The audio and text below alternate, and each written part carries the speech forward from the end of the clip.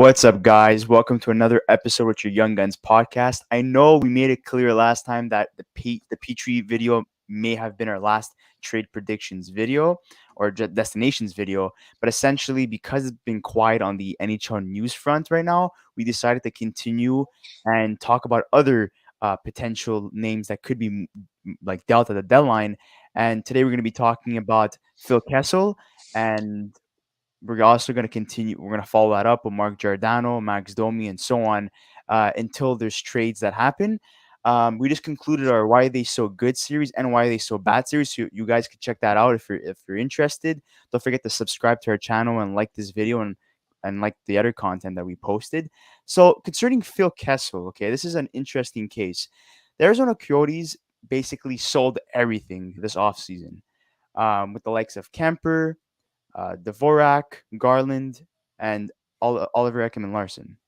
Now there's a couple of guys that are left, like Jacob Chikrin and Phil Kessel. Phil Kessel, he's 34 years old. His cap hit is $6.8 million, and it's his final year of his contract. He has a no trade clause, according to Cap Friendly, and so basically he has control of where he wants to get traded to.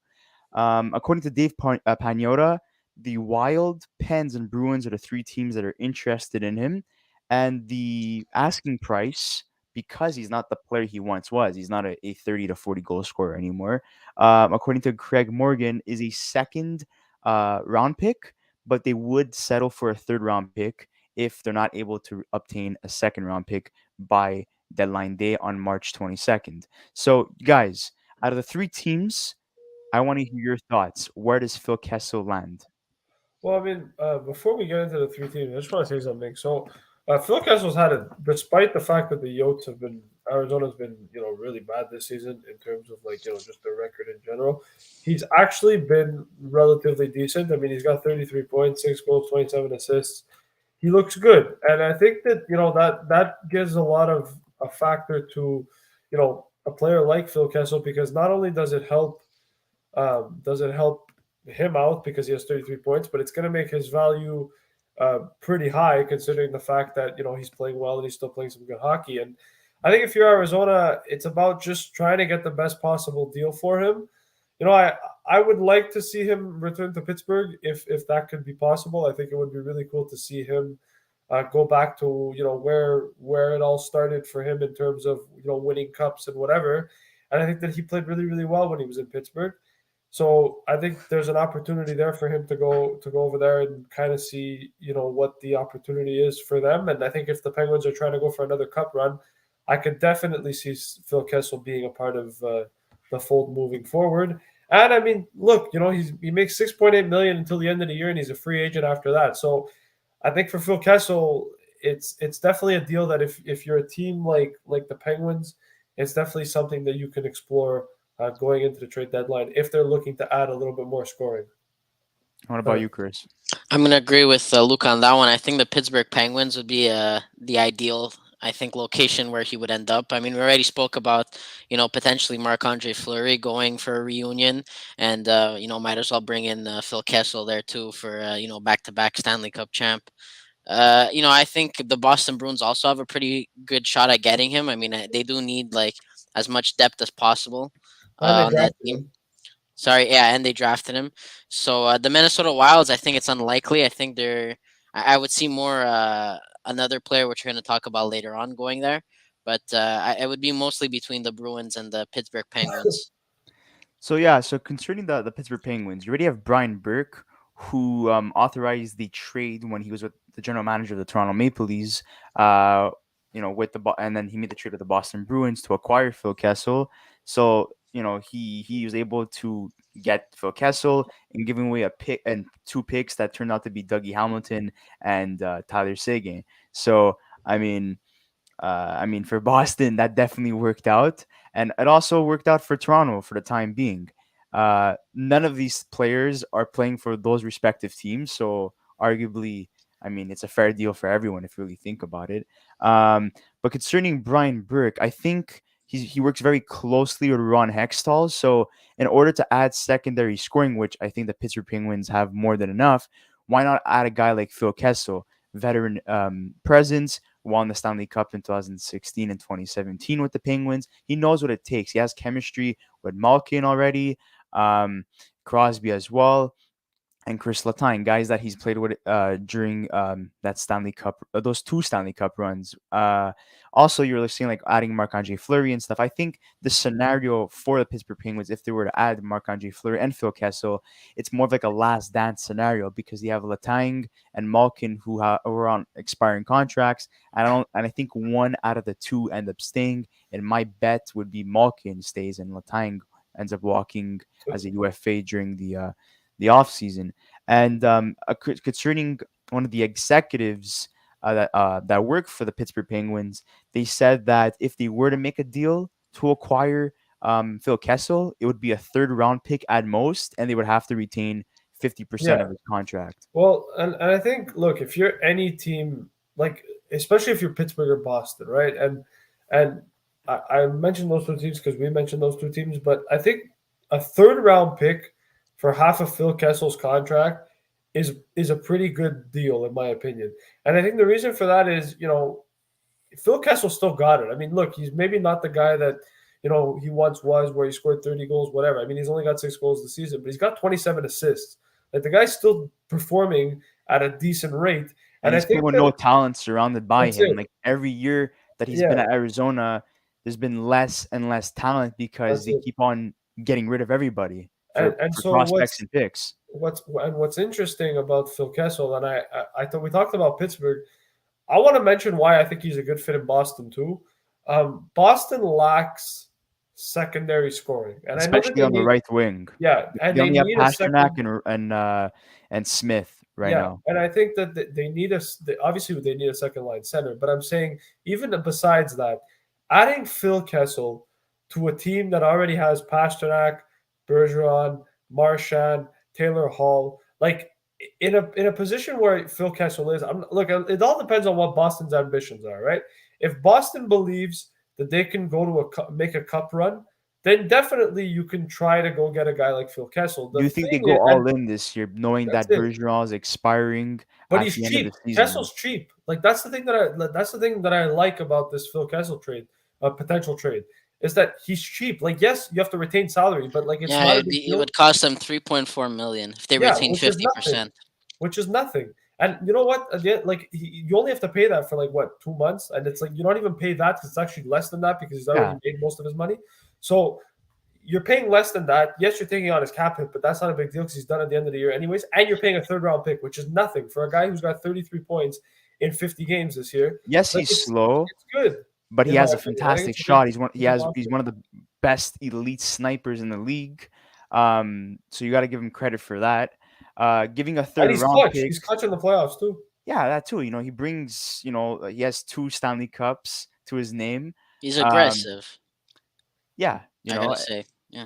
and I think any team would love to add a vet like Phil Kessel because he has so much more to bring to a team, even though he's not the player that he once was. And in the case of in the case of Boston, they don't have a third round pick to their name, but they do have a third round pick that they acquired um, for Vlader from Calgary. So they have Yeah, Calgary's third yeah. round pick. So if they were to make a deal with the Arizona Coyotes, would have to give up that third round pick that used to belong to the Calgary Flames. Where do I see him playing in the lineup? And just to add to Boston, they are my favorite destination for Phil Kessel because it allows. Yes, they do need a second line center, but playing on a first line with Marshall on your left and Bergeron as a center and having Kessel on your right is deadly. And not only that, being able to play with talent like that, it's been years that Kessel has been able to play with talent like that since his days with the Pittsburgh Penguins because he has not played with anything close to it ever since um, the Pittsburgh Penguins because Arizona does not have what Pittsburgh had, what Toronto had, and even what Boston had. So Uh, they definitely have the talent. And also for Boston, I think this is also a last chance for them because Bergeron's on an expiring yeah. contract. Marshall's up there in age. You got Tuukka Rask just recently retired. Um, What else do you have? I mean, they also have, I'd say they have to add a puck moving defenseman as well to have to help McAvoy, I and think, they need a second line center. But the depth is there. They have Nick Foligno, they have Craig Smith, yeah, they have Taylor Hall, they have DeBrusque if he stays past the trade deadline, because I know he's been linked to a lot of teams and there's a possibility that he may be moved. They have Eric Halla. They have so many um players, but I think by adding Kessel really solidifies not only their right side, but also their winger depth. And then adding a center and potentially puck moving defenseman, I think Boston has what it takes to at least reach the second round, not to go that far. yeah. But yeah, I think that's why Phil Kessel would be a fantastic fit with the Boston Bruins.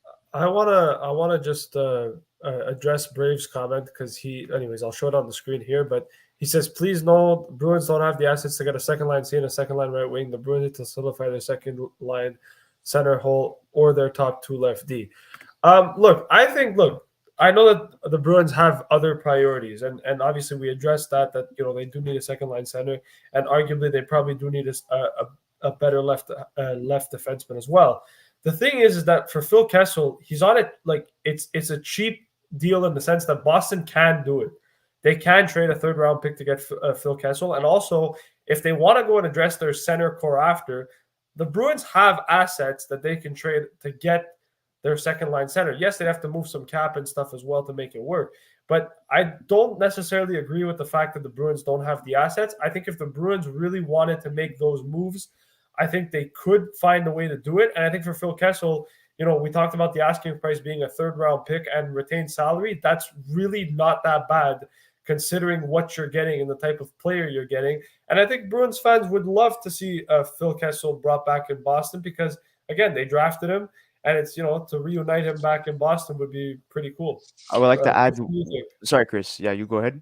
Oh no, you could go first. I was gonna talk about Arizona, so you Oh, could Uh, you okay. could, I you was gonna could add one finish more up thing what you're concerning Boston. Thank you, Chris. I was just gonna add one more thing concerning Boston, and that is, yes, their priority is to get a top second line center and a puck moving defenseman on the left side. But if the price is not worth it, they're gonna look elsewhere and look at what else they could address. And addressing the right wing, um, either as a top six role or bottom six role, just the right side in general needs to be addressed. So if we would have to rank what they need, right?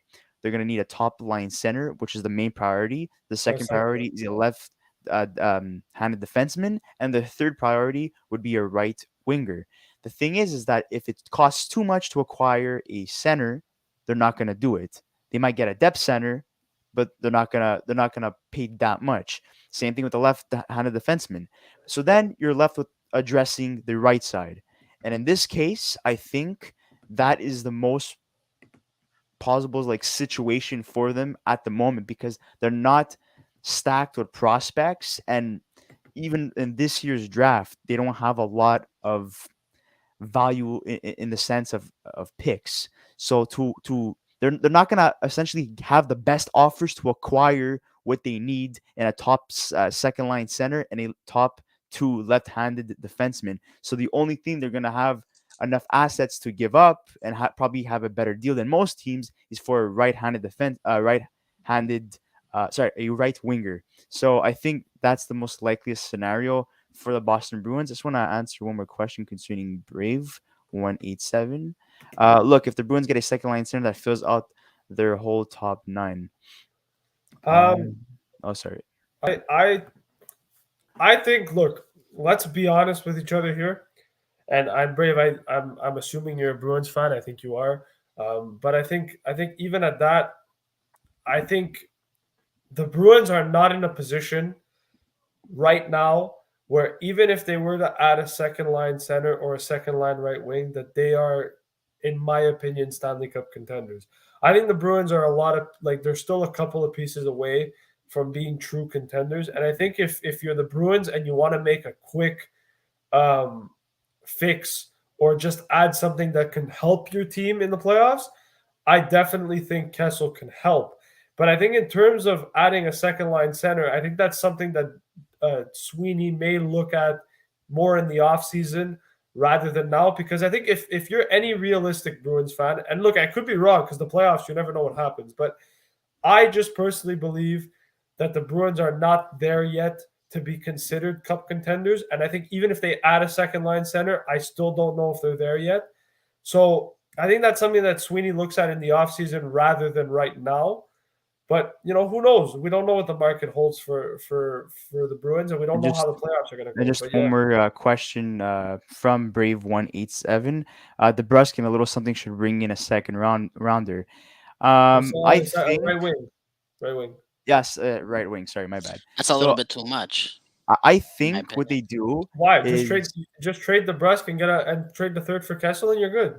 You yeah, still two moves to work. depending what they get Well, on Kessel. well, I mean, you're saying to trade the Brusque and a pick for Kessel. I No, think I'm that's a saying little. No, trade the no, third round. just I'm for a saying trade the second third round, round just pick a for Kessel, second. and then Yeah, trade the Brusque somewhere else. Oh what yeah, he's for saying, sure. Yeah, what yeah, of what he's course. saying essentially is trade the Brusque and a little something to get a better right winger than Phil Kessel. The Ah, thing Phil is that Kessel. I don't. What I think they do is the following: if they could get a really good deal for the Brusque, they take the prospects and the picks that whatever they could get, or maybe even a 1-for-1 deal. Both players that need a change of scenery. Maybe that guy's a center. They get that. They fulfill their need, even though he's not ready to fill in the top six role as a second line center. They still get that. And then with the third round pick that they have from Calgary, they use that to get a guy like Kessel. So right there, you get a top six right winger, and you get I wouldn't say a Yeah. top uh, line second center, but you do get a center that could potentially blow up and play so much better because he has a change of scenery. And last time we mentioned that maybe it could be DeBrusque for Hiddle one-on-one because those are the two guys that need a change of scenery. Hiddle plays the wing and center, so it makes sense, and he has high potential. So I mean, we're just gonna conclude the Boston segment. Just want to add one more thing before Chris adds his comments about Arizona. Just the Minnesota Wild. I don't think they acquire him. I think we could all agree with that. They have enough secondary scoring as a whole. They're a very good team. The only reason why I would think that they would acquire a guy like Phil Kessel is because Bill Guerin is the general manager of the Minnesota Wild, and he used to be the assistant general manager when they won the cup in 2016 and 2017, back to back years. So Yeah. you would have to In think Pittsburgh, maybe you if you, mean? yeah, sorry, in Pittsburgh, Okay. yeah. So you would have to think that maybe he would be interesting in adding a vet like that because to kind of boost up their chances and stuff. But I think it's very unlikely. I think they're just linking them, or maybe they have interest because there's a connection there. Same thing with the Pittsburgh Penguins with Brian Burke. There's a connection there. But my pick is the Boston Bruins as being the favorite destination. Anyways, I'm done for now. I don't know what Chris has to say. Yeah, just I mean, listen, the Coyote fans, you guys should be extremely excited about what's going on with your team. I mean, let's say, well, I mean, I think it's inevitable that Phil Kessel gets traded. I don't see why he would stay for the remainder of the season. Let's say they get a second or a third for him. You're gonna be getting 10 players from the first 3 rounds of this draft this year. Not to mention, next season you're walking into the season with 34 million in cap space. Who knows who they could bring into the team. I mean, this is gonna be a completely fresh, start for this franchise. They're also So playing in a 5,000 seat arena. Yeah, but let's yes, forget yeah, that. but We don't want to upset any Coyote fans. uh, Well, I just wanted to say that So it's concerning not all it's prospects, all it's not all roses and sunshines in well, you got Arizona. to yeah, start I mean, somewhere. there's ups You- and downs. There's pros and cons for a team like Arizona. They've been struggling since they've been, created. But So we yeah, just wanted to Yes. say that it's been fun covering these videos. We're excited to continue more of these trade destination videos. Arizona has a lot to look forward to with their prospect pool and also with the picks that they have, and they will continue to add. And same thing goes with the prospects because they're just shedding away contracts and getting so many assets in return. So that's that's the positive outlook in terms of Arizona. But we just wanted to say thank you so much, guys, for listening to our video. Don't forget to like this video, subscribe to our channel. There's many more things to be talking about moving forward as we approach the 2022 NHL trade deadline. And we just wanted to say thanks for all your support. Let's keep it rolling and let's try to hit 1K. Thank you so much. Thank you.